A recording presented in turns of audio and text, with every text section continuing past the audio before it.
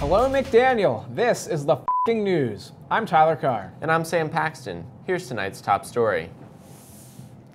It was announced this week that the internet has been nominated for the 2010 Nobel Peace Prize. Proponents of the nomination cited its ability to inform people on humanitarian efforts and promote activism in response to world events such as the earthquake in Haiti. But we all know the real reason the internet has been nominated: chat roulette. David Mills, award-winning writer for series such as The Wire and Homicide, died today from an apparent brain aneurysm. Although if Mills had his choice, he would have been gunned down in a drug deal gone bad on the streets of Baltimore. Sarah Palin's Fox News show premieres this Thursday. Palin's show will be unlike other Fox News programs in that it's actually just a compilation of clips from Bill O'Reilly, Rush Limbaugh, Glenn Beck, and other notable conservatives. On Tuesday, an Ohio man involved in a police chase abandoned his car and jumped over a fence, only to find himself inside a women's prison yard. This sounds like the start of the greatest porno ever written. The Republican National Committee was rocked with scandal after the firing of Allison Myers, director of the RNC Young Eagles program, who ran up a nearly $2,000 strip club bill, which she paid for with RNC donations. Myers ran up the tab at Voyeur, a West Hollywood lesbian bondage club known for strippers who imitate oral sex on each other. Hang on a second.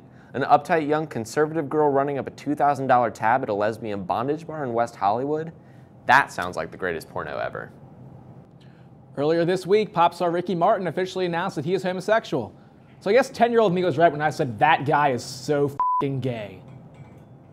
Earlier this week, comedian Robin Williams joked about Australians calling them English rednecks. In response, Australian Prime Minister Kevin Rudd said Williams should spend some time in Alabama before he frames comments about anyone being particularly redneck. In response to Prime Minister Rudd, Alabama Governor Bob Riley said, "Oh yeah? Well, aw crap, he's right."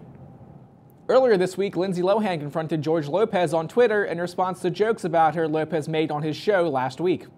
Lohan called Lopez childish and told him to act like a grown man, have some respect and dignity for yourself. Little does she realize, George Lopez lost his dignity a long, long time ago. Restaurant chain Chili's is investing $100 million in what they call transformational changes, including new kitchen equipment. However, the food will still taste like crap. This week was the 50th anniversary of the Xerox machine. According to office workers across America, it's still a stupid, broken piece of shit. And now we go to the Puppet Pundit. If you've been watching TV, and you should be, you have probably seen the commercial with the cute little baby and his cute little computer. Well, lately, actorholic Lindsay Lohan is suing the company because she thinks this precious little milkaholic is based on her. Well, my loyal viewers, the E-Trade commercial is not the only person being sued. I am being sued as well by a certain cable news pundit. There are similarities, I assure you, but there are mere coincidences. To clear the air, I will now list the reasons how I am different from the other guy. Number 1, I am better looking. Number 2, I am much whiter. See?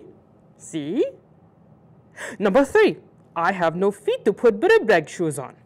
Number 4, I have not one, but 2 flag lapels.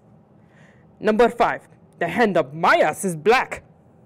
And number 6, you can buy my book, I'm on TV, you're not, so you suck!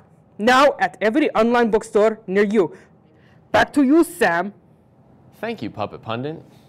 The world's fastest internet speeds are not in the great United States, but instead in South Korea. So the question is, why?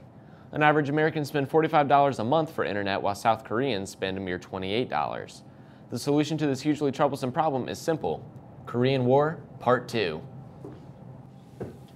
Today, designs were unveiled for Britain's largest piece of public art, a 120-meter-tall looping tower by artist Anish Kapoor. The piece, Kapoor's Orbit, will be part of the 2012 Olympic Park and is being considered England's answer to the Eiffel Tower.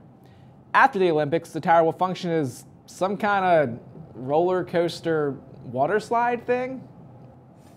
A $1,200 bronze bust of Colonel Sanders stolen from a KFC in Berea, Kentucky 2 months ago was returned this week. The bust was found covered in grease at the bottom of a dumpster, like most things that come from KFC. And now it's time for the f***ing sports report. This afternoon, Minnesota Twins player Denard Span hit a hard foul ball into the stands, which struck his own mother in the chest. After the game, Spann reassured fans his mother was fine but sore. In response, his mother said the pain was nothing compared to having a son who plays for the Twins. Last Friday, a man in Puxatawney, Pennsylvania was found drunk in the street trying to revive a long-dead possum. The man tried to perform a seance on the possum before giving it mouth-to-mouth. Worst spring break ever. That's all we have tonight. Join us next time for another edition of the f***ing news. Good night and good luck. You're gonna need it.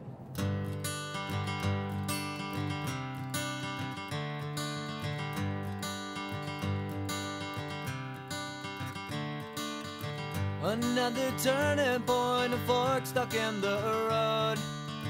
Time grabs you by the wrist, directs you where to go. So make the best of this test and don't ask why.